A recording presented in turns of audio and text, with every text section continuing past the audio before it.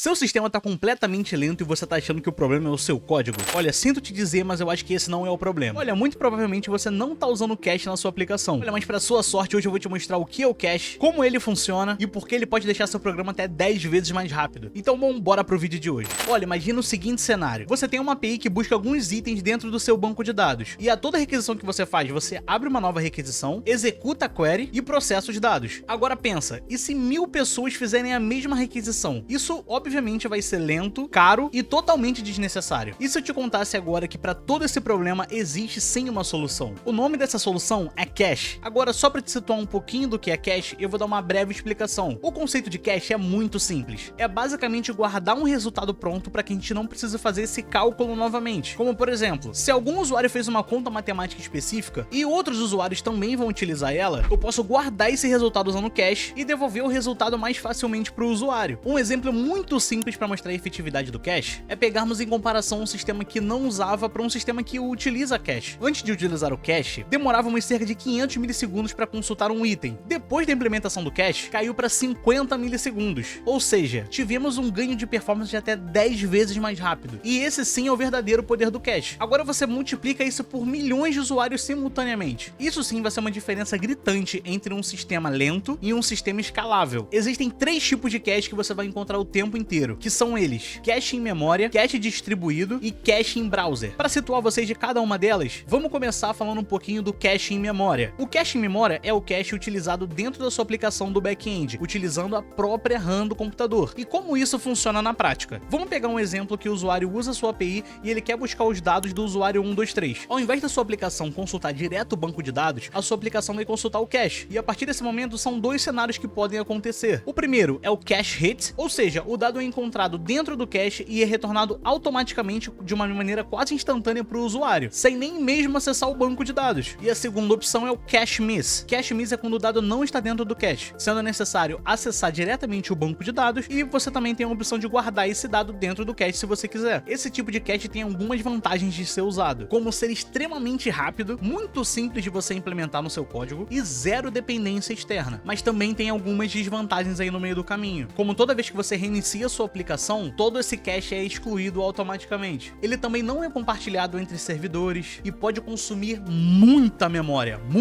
mesmo. Então esse tipo de cache é recomendado usar com dados bem simples, ou com aplicações pequenas ou cache temporário. Agora falando um pouquinho sobre cache distribuído, ele é um cache que fica fora da sua aplicação, até mesmo em um servidor separado, dependendo. O exemplo mais famoso de hoje em dia é o Redis. Ele funciona mais ou menos semelhante ao cache em memória, onde sua API acessa o cache, se tiver o dado lá, ele retorna, e se não tiver, ele acessa direto o banco de dados, pega esse dado e grava dentro do cache. A vantagem de usar esse cache distribuído é que você pode compartilhar entre servidores, e ele também é super escalável e a persistência é totalmente opcional. O problema dele é o alto grau de complexidade que você vai ter para instalar isso na sua aplicação. Ou seja, esse tipo de cache só é utilizado em sistemas bem robustos, APIs com alto tráfego e também em microserviços. Agora vamos falar um pouquinho sobre o cache em browser. O cache em browser é o cache que fica direto no navegador do usuário, como por exemplo imagem, CSS e até mesmo JavaScript. A vantagem desse tipo de cache é reduzir a quantidade de requisições que fazemos pro lado do servidor, consequentemente melhorando significativamente a performance e removendo custos do lado do servidor. Geralmente essas implantações de cache geram alguns problemas no meio do caminho, como por exemplo, nunca invalidar o cache, ou seja, você guarda ele no cache, mas o valor muda no banco de dados. Isso é um problema gravíssimo para sua aplicação. Outro problema é cachear tudo. Cache não é banco de dados, então nem tudo você precisa cachear. Às vezes você só está ocupando memória, aumentando a complexidade e sem ganhar absolutamente nada de performance. A implementação do cache precisa ser estudada e pensada desde o início. Outro problema é o TTL. TTL é o tempo que o dado fica no cache até ele expirar. Isso é importante que vocês entendam, então procurem um pouco mais sobre esse assunto também. E o outro problema é não pensar em consistência. E aqui é o ponto que muita gente se perde. Cache não é fonte de verdade. A única fonte de verdade que você tem é o seu banco de dados. O cache não é performance. Ele é arquitetura, escalabilidade e economia de recursos. Se você não está usando cache na sua aplicação, você está fazendo com que a sua aplicação trabalhe mais do que ela deveria. Agora me conta, você usa cache nos seus projetos? Em breve eu pretendo trazer um vídeo explicando como é que a gente pode conectar diretamente o cache no nosso código, utilizando os 3 tipos de cache que eu mencionei nesse vídeo. Me diz aí o que você acha dessa ideia. Então muito obrigado por ver o vídeo até aqui, espero que essa explicação tenha te ajudado bastante. Peço que você dê like nesse vídeo, se inscreva no canal